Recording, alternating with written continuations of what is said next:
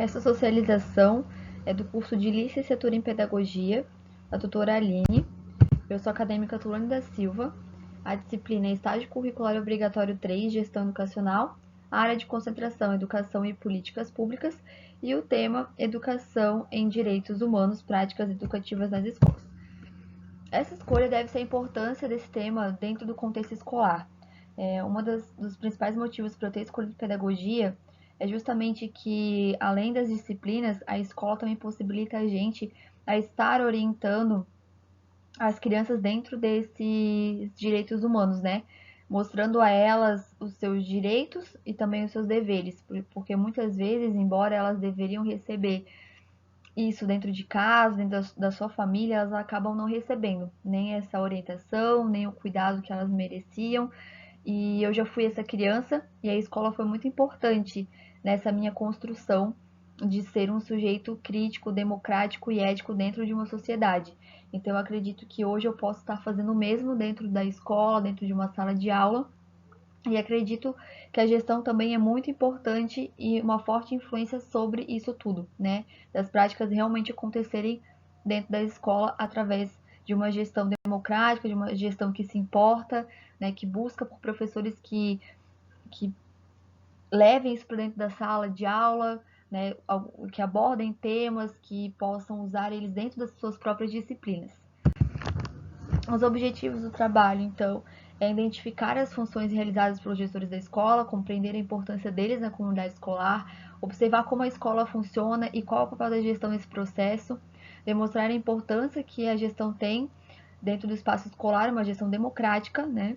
Analisar as suas contribuições e a efetivação da educação em direitos humanos, analisar as práticas educativas dos direitos humanos na escola e relacionar a teoria à prática das ações dos gestores no cotidiano escolar. Fundamentação teórica. Então, antes de entrar, né, no tema de direitos humanos em sala de aula ou dentro da escola, é importante saber que essa Declaração Universal dos Direitos Humanos ela já está em vigor há 66 anos, desde 10 de dezembro de 1948, e ela surgiu no contexto pós-Segunda Guerra Mundial. E foi a partir disso que a ONU fez um esforço bem grande, né, para promover a paz através dessa declaração. E entre elas tem 30 artigos envolvendo, né, os direitos da humanidade, né, seres humanos. E aí foi a partir disso que se entendeu como era importante estar envolvendo essa declaração dentro da educação.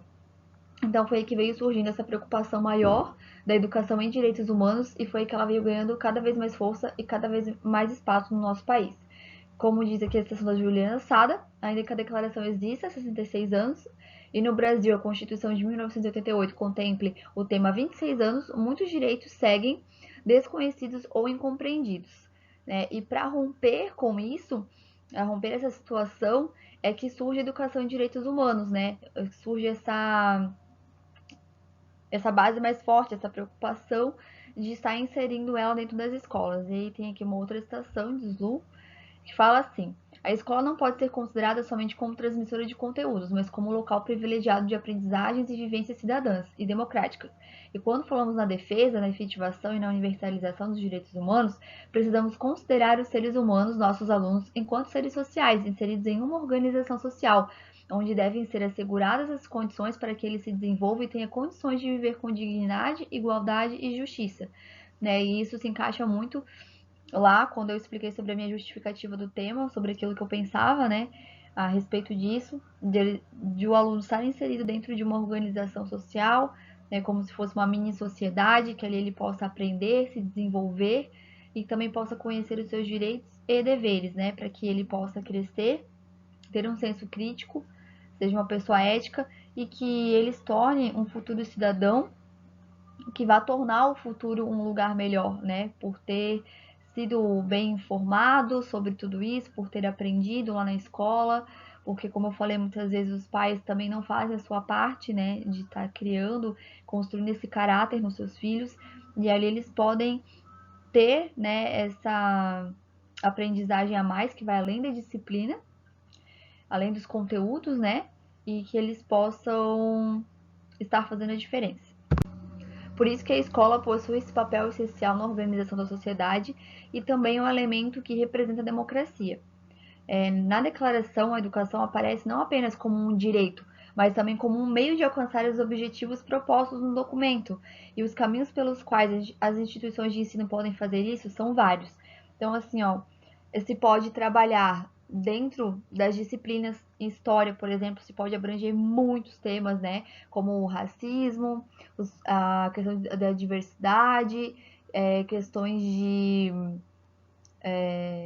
direito da mulher, a violência, enfim, são inúmeros temas que pode ser abordado, mas também pode ser abordado disciplinas como a matemática, embora não tenha tanta abrangência como história, dá para se trabalhar muitas coisas, como as questões dos direitos sociais, né, da economia, da desigualdade de renda, de poder de compra, assim como, por exemplo, lá na educação física, às vezes se pode trabalhar algo relacionado a uma cultura diferente. Por exemplo, aqui na minha cidade há bastante imigrantes da Venezuela, bastante imigrantes de um país lá da África, agora esqueci o nome, mas eles vêm muito para cá, na escola tem bastante crianças, né? Então se pode às vezes fazer projetos dentro das disciplinas, mas também se pode fazer projetos a nível de escola, não só aquele projeto de sala de aula, né? Mas se pode ir com os grêmios estudantis, com cooperativas, com trabalhos às vezes para prevenção de bullying, né? Palestras, enfim, muitas outras coisas que se pode pensar para que esses caminhos, né, possam ser percorridos. E aqui embaixo tem uma situação, conforme Zoom, né, nessa dimensão a escola precisa ser vivida em bases democráticas e para isso precisa reconhecer e valorizar a diversidade, a pluralidade e o multiculturalismo previsto na Declaração Universal dos Direitos Humanos, não perdendo de vista sua principal finalidade, que é a elaboração de novos conhecimentos. Para isso é preciso a garantia de uma gestão participativa, através dos órgãos colegiados na elaboração coletiva do PPP, da manutenção dos canais de diálogo, bem como manter suas responsabilidades em relação às práticas, às rotinas, às formas de interação e de tratamento de todos que estão na escola. Aqui está a metodologia, né? Como o tempo está corrido, até por isso que eu estou lendo muito rápido. Aqui estão os dados da escola, onde foi feito estágio.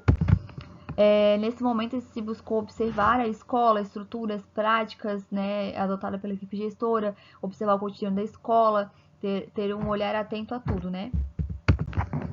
Aqui a observação, então esses são os itens que eu observei a respeito dos afazeres, das tarefas de cada integrante da gestão e um pouco do que eu percebi sobre eles, a sua postura profissional, né, enfim. Aqui é o roteiro de entrevista, foi um pouquinho difícil de fazer, porque o dia a dia deles é muito corrido e muitas vezes fomos interrompidos, mas todos responderam assim com muita disposição, né? E foi um momento de muito aprendizado para mim aqui. Aí a vivência de estágio. Bom, eu acho que isso é muito importante, né, para que a gente tenha uma noção que é a nossa oportunidade ali de analisar, de investigar, de ver como realmente acontece na prática, que é bem diferente, né, da teoria, de ver como que as coisas realmente funcionam e perceber, né, a importância e a abrangência que o tema que a gente escolheu dentro do estágio, qual é a amplitude que ele realmente atinge, né, ver essa função acontecendo dentro da escola e tudo mais. Então, assim, é uma vivência muito importante e essencial para a formação do acadêmico. Aqui estão as referências. Aí o link da apresentação que vem depois, eu corri muito, deixei de falar algumas coisas, li rápido, preocupada com o tempo, que eu já tinha gravado várias vezes, não fechava os 10 minutos e agora até me sobrou tempo. Mas eu acredito que era isso mesmo. Então, obrigada.